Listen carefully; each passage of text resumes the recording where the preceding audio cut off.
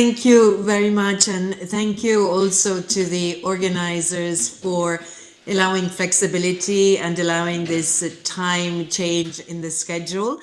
As I explained to the organizers, I was actually in a member state consultation on a proposed resolution on precision medicine. So I hope you feel that it was a worthy reason for me to request this change in the timing. And thank you for your patience and accommodation. So as indicated, I will spend the next 25 minutes or so talking a little bit about the position of the World Health Organization and some of the work that we've been doing to advance human genomics and precision medicine for global health. Next slide, please. I have here just a disclosure. And yes, next slide, please. So I don't think that I need to dwell a long time on this slide because you know this in a very good way about how genomics is revolutionizing global health. But certainly what we've seen across the last 2 decades, if we think of the early 2000s when the Human Genome Project was just really starting to show fruits, we've seen such an advance and so many breakthroughs in sequencing technology. The way that we do sequencing technology today is very different to how I was doing it 20 years ago. And it's obviously faster, cheaper, and more accessible than ever before. And importantly, it is transforming our understanding of health and diseases, unraveling genetic variation, disease mechanisms, responses to treatments and pharmacogenomics, and really providing advances in various areas, including cancer genomics, rare diseases, infectious diseases, and maternal and child neonatal health. What we're seeing today is an expanding impact in global health and how we think about that on a global level. So the potential for genomics to drive better health outcomes globally is immense. But as WHO, we also think about who benefits from these advances and how we can support countries to implement them. Next slide, please. So genomics is clearly a foundation of precision medicine. When I talk about genomics, often I actually intend multi-omics. And so including all of the annex omics, so transcriptomics, proteomics, epigenomics, metabolomics, microbiomics, etc. Really, all of these different elements have enhanced the knowledge necessary for maximizing the applicability of genomics data for better health outcomes. And I think you've heard this throughout all of yesterday and beyond, really thinking about how we move beyond a one-size-fits-all approach, thinking about disease prediction and prevention, and personalizing and targeting treatments and adjusting treatments, and linked, of course, to pharmacogenomics. Next slide, please. So coming back to the equity question, from the World Health Organization point of view, we think a lot about genomics and precision medicine for all, and what are some of the gaps. Unsurprisingly, as you all know, there's a very unequal access to genomics technologies, and research and applications remain concentrated in high-income countries. Yesterday, I was listening to the many excellent interventions, and a lot of them, for example, some from the European perspective, also the excellent and impressive example of what Qatar is doing. But of course, this is not necessarily reflective of what every single country around the globe is facing. And I note and refer to Michelle Ramsey's presentation, highlighting also some of the realities in other parts of the world, and in particular Africa.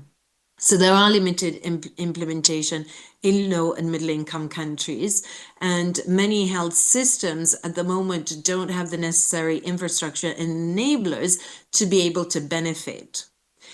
So we do see these missed opportunities. We see in precision medicine, we consider that there are a variety of different types of interventions, some being quite sophisticated, advanced therapies, including specific gene and cell therapies, but also there are less burdensome and less expensive interventions for precision medicine that could be applicable and can be examples of low-hanging fruits. And yesterday we heard the example of tamoxifen in breast cancer treatment, for example. This context in a few years ago in 2022 led to the development of a WHO Science Council report, a call to action recognizing these challenges and issuing key recommendations. Next slide, please. For those of you who are less familiar than with WHO, just a very quick reminder of what our mandate is. We are an international organization. We're a specialized technical agency of the United Nations, and we are a member state organization. So the member states actually define what our mandate is, which is essentially to promote health and well-being worldwide, to coordinate international health responses, in particular in the cases of emergencies, set global health standards. We are a normative agency. We support universal health coverage. We provide technical assistance to member states in implementation of health programs. We monitor global health trends. We advocate for vulnerable or underrepresented populations, and we promote highest quality research targeted at unmet needs. Next slide, please. So this is the context in which the WHO Science Council released their report in 2022. This is available freely online. Not only is it available in English, but it's also available in French, Arabic, Russian, Spanish, and Portuguese and Chinese. So hopefully it is intended to be as largely accessible as possible. The report is articulated around four main pillars. One is the recognition that we need as WHO and as a global community to promote the adoption and expanded use of genomics, but also demystify genomics and precision medicine. I think that's one of the things that I encounter when I speak with ministries of health or different countries, the fact that there is a need to demystify. Overcoming obstacles to implementation. So what is needed in terms of enablers and infrastructure.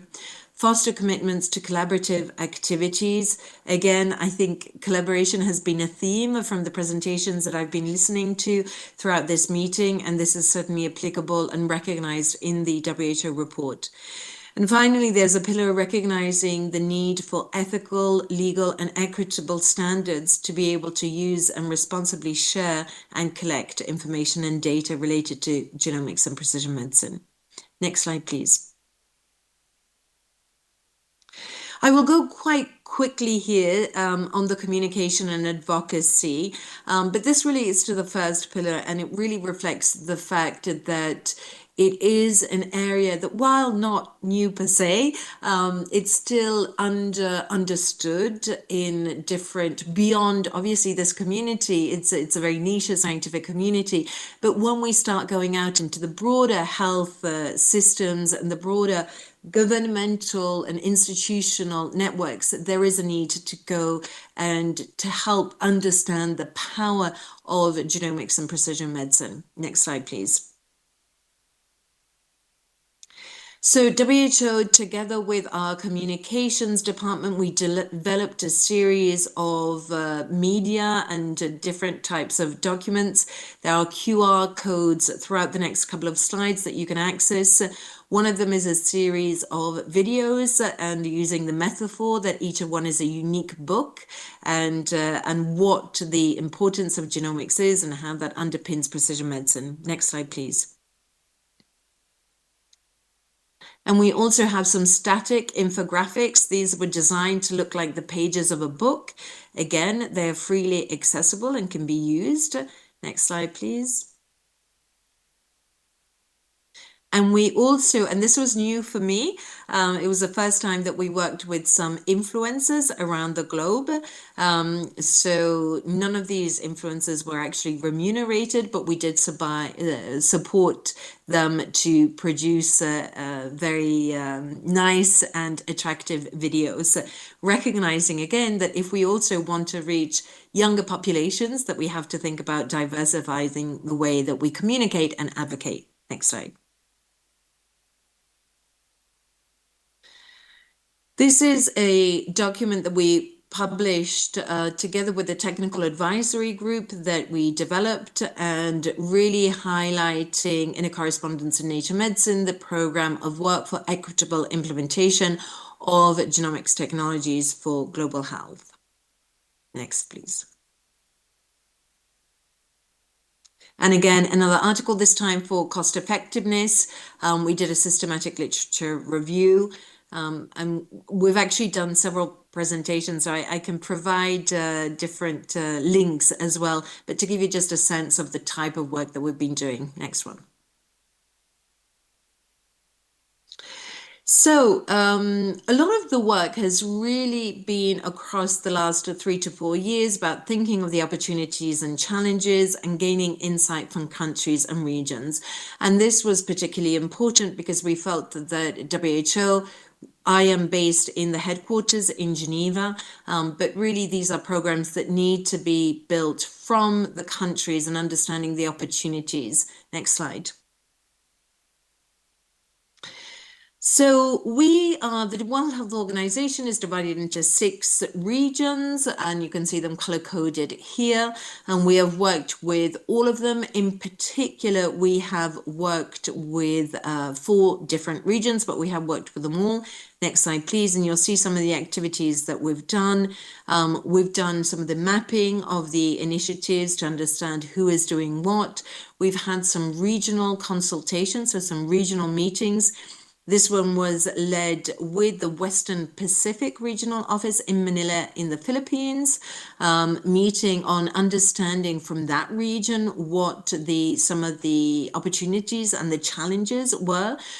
Certainly the lack of diversity recognized in the global genomic initiatives was recognized. Next slide, please. We also had a similar consultation in Brazil with the region of the Americas. And I think it was really interesting to see how a lot of the focus and the examples were, how do we think about bridging some of the research that is happening and integrate the products of that research into different health systems. Next slide, please. This is an example where we had a follow-up meeting from the meeting in Manila. The country, Malaysia, actually expressed a lot of interest and a priority for their country to think about accelerating access to human genomics. And they actually hosted a meeting in late 2024. And that recognizes, I think, the fact that while a lot of the conversations and a lot of the work that I've been hearing here has been focused on high-income countries, there is a real desire for many low and middle-income countries to think about that that transition into precision medicine. Next slide, please. I think this is the final one from one of the regions on Europe, how we worked with the regional office for Europe with this virtual consultation on genomics and precision medicine. It is one of the priorities in the European region and also in the European office, which for us, the region goes well beyond the EU, but also covers many countries in Central Asia as well. Next slide, please. So one of the efforts that we did at the global level, really centralized, it was on the genomic data guidance. So this came up throughout the various consultations and recognized as one of the biggest need is how do we actually provide ethical guidance and what are the principles for genomic data? Next slide, please. So this is the product that was released and the QR code is available, and I'll go through a little bit how we developed it and what's in it. Next. So first of all, developing the guidance, we took an approach which is characteristic of the World Health Organization, and some of you will be very familiar. It's a very collaborative, interdisciplinary effort. Within the Secretariat, our role is to provide technical expertise, but importantly, to coordinate and really think and make sure that we're capturing the insights from experts around the world. And so we had various contributions from bioethicists, geneticists, policymakers, legal experts, and more patient representatives, experts from indigenous communities really weighed in into this program. And we wanted to make sure that the development of the document was grounded in equity, solidarity, and sustainable principles. Next. It was an iterative process. We started with reviewing the existing literature, recognizing that we're not starting from zero. We had various virtual consultations with experts of various online meetings. We followed up with an in-person workshop with experts, and finally a public consultation. Again, for those of you who are less familiar with the World Health Organization procedures, this is a typical process where we will actually make a near final draft of a document or a consolidated draft publicly available on our web pages for everybody to be able to weigh in, provide comments, provide criticism, and note what they think is missing, etc. Next, please. So this is the guidance. I won't go into the details. It is available, just to check the QR code. There are 8 key principles: affirming individual and community rights, social justice, solidarity, equitable access and benefit sharing, collaboration and partnership, stewardship of human genome data, transparency, and finally accountability. Next. So this guidance aims to achieve a unified global framework to guide research institutions, policymakers, and health organizations in thinking ethically about that data handling. Obviously, we encourage fair benefit sharing, which is, unfortunately, we haven't seen that consistently. It's also intended to be start a conversation and an ongoing conversation. As the pace of technology and science and research advances, there are new questions that we might not be able to have the answers for. And so we recognize that we need to have an ongoing dialogue and adapt and continue to develop principles as genomic science and precision medicine evolves. Next. I'd like to spend the next few minutes just quickly to go through thinking about how genomics technologies is being used in clinical research globally. Next, please. So we have done an extensive analysis of international clinical studies that use human genomics to inform their clinical study. WHO hosts the Global Observatory on Health R&D and the International Clinical Trial Registries platform, so we have a wealth of data that we can analyze. Here, unsurprisingly, we see that there is that exponential growth over the past few decades. There's a little bit of a dip, and that is actually reflected around 2022. That's actually reflected across different areas, and we think it's a lag due also to the impact of COVID. But we see that is coming back up in last year. Next, please. So we have all of these clinical studies using human genomic technologies and being informed by human genomic data, but they're not equally distributed across the globe. The darker the blue here means that the more clinical trials are happening in that given country. So you can see that dark blues in the United States. China has had a rapid increase in the number of trials using genomics technologies. Europe is globally has, medium blue, but collectively it comes up as dark blue. But there are many very pale or white blues, signifying that we don't have any record of any clinical study being conducted with genomics in those countries. Next, please. So just to look at it from a different point of view, what I think is interesting here is, as I said, if you look in blue, these are countries within Europe, including the United Kingdom in this case, and collectively, if we put them all together, they would be really one of the high, that curve would be very high. And interestingly, China, you've seen really shot up since after 2015, 2016. Next.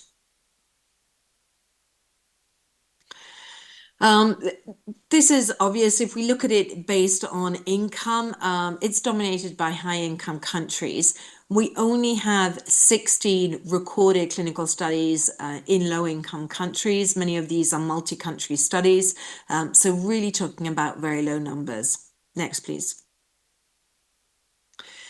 So what are the key focus areas? Again, this is perhaps not surprising, but good to document it and to analyze it. Non-communicable diseases come up strongly, almost to 80%.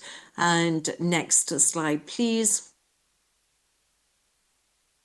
Within that, malignant neoplasms are about 50%. Next, please.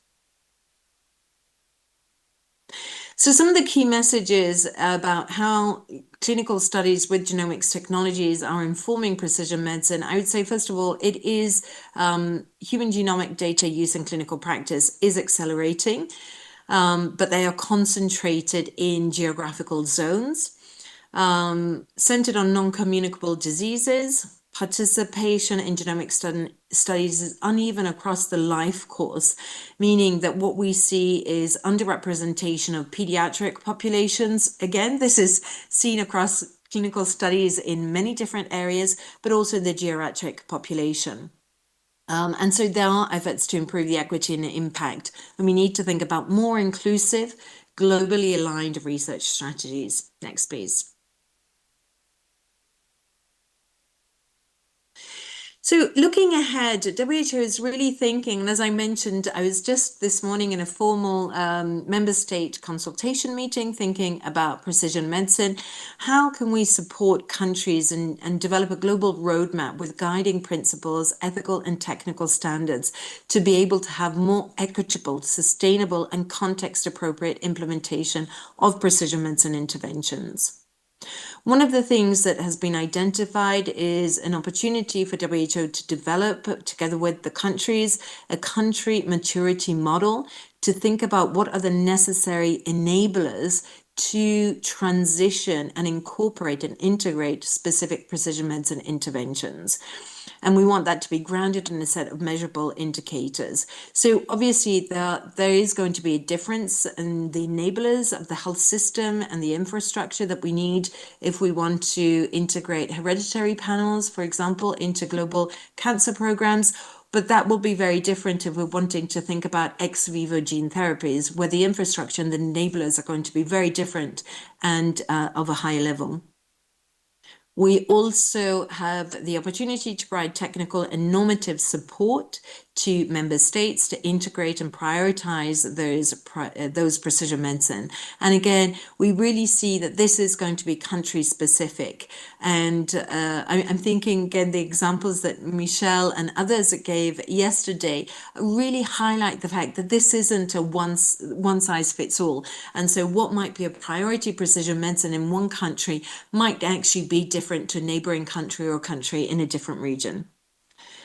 Also, the role of the WHO can be to facilitate knowledge exchange, collaboration, and partnerships. As I'm sure you're aware, WHO has gone through a very challenging year, but not just WHO, the whole of global health has been going through a very difficult period. There's been reductions in funding for global health, but also for research globally everywhere. And so I think there's a need now more than ever to think strategically, efficiently, and make sure that we can actually leverage one another and through collaborations and partnerships. Next, please. So with that, I want to just acknowledge everyone. This has been a lot of work. The patient representatives and civil society groups, as always, have been making sure that we remain steered in the right direction and grounding us. Many, many global experts, including some of you in the room. The WHO Technical Advisory Group has been essential to provide advice and keep us on track. And then members of the team and, of course, the funders who have supported that. Thanks.